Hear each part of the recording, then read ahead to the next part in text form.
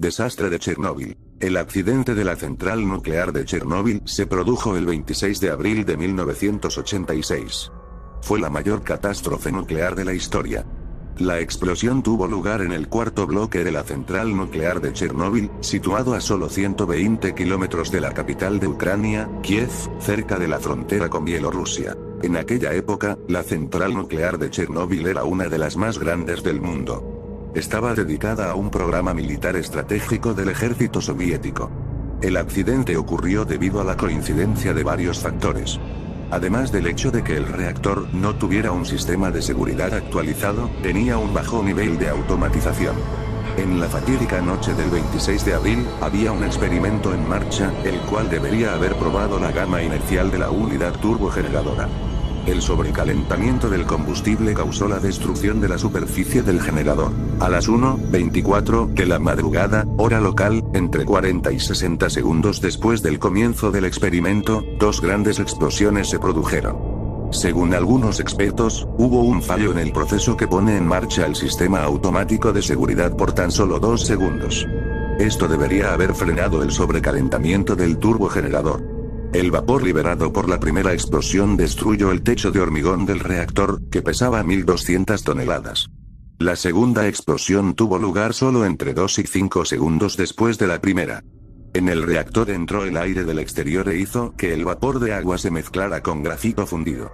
Según varias investigaciones independientes, la primera explosión era de tipo químico, pero la segunda tuvo más bien las características de una explosión atómica de 0,3 kilotones, como si hubieran explotado 300 toneladas de TNT.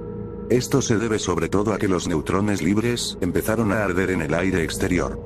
Según los testigos, la primera explosión tuvo un brillo rojo y la otra azul celeste. Después de esta se pudo observar el hongo atómico encima de la central nuclear. La investigación sobre la catástrofe fue concluida con la afirmación que el personal no siguió las normas de seguridad. El accidente nuclear de la central Lenin B tuvo un gran impacto sobre los parámetros de seguridad, no solo en lo que se refiere a las centrales nucleares en otros países, sino también a toda la actividad humana.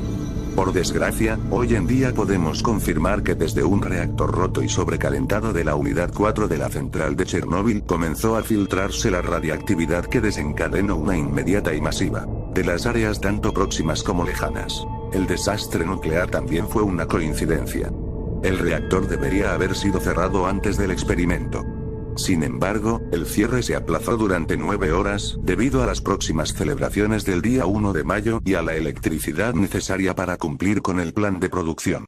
Este retraso produjo que el experimento se llevase a cabo durante otro turno de trabajadores diferente de aquel que lo había preparado. El turno de noche estaba compuesto por operarios menos preparados para conducir el experimento. Víctimas del accidente. Los hechos, el accidente en sí y luego las consecuencias del mismo componen el número de víctimas de Chernóbil.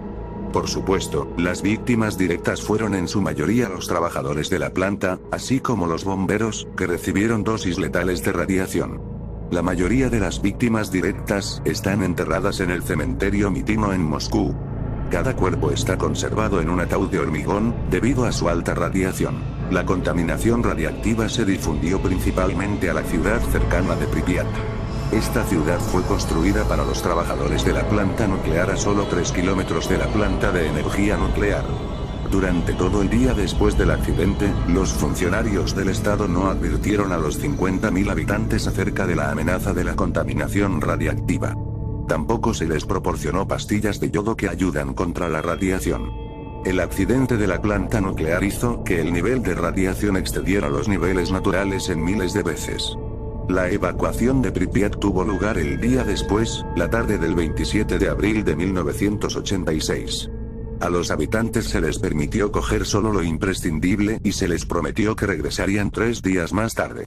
En el momento en que fueron evacuados, fueron todos expuestos a grandes cantidades de radiación. Oficialmente, el desastre de Chernóbil afectó a las vidas de unas 600.000 personas. Los documentos oficiales dividen las víctimas de la radiación en varias categorías.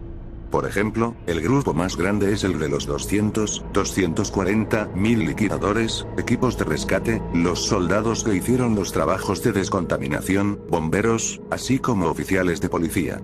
Por otra parte, está el grupo de cerca de 116.000 habitantes de las zonas contaminadas cerca de Chernóbil.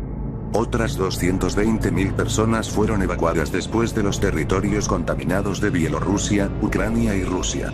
Sin embargo, alrededor de 5 millones de personas siguen viviendo en las zonas contaminadas actualmente.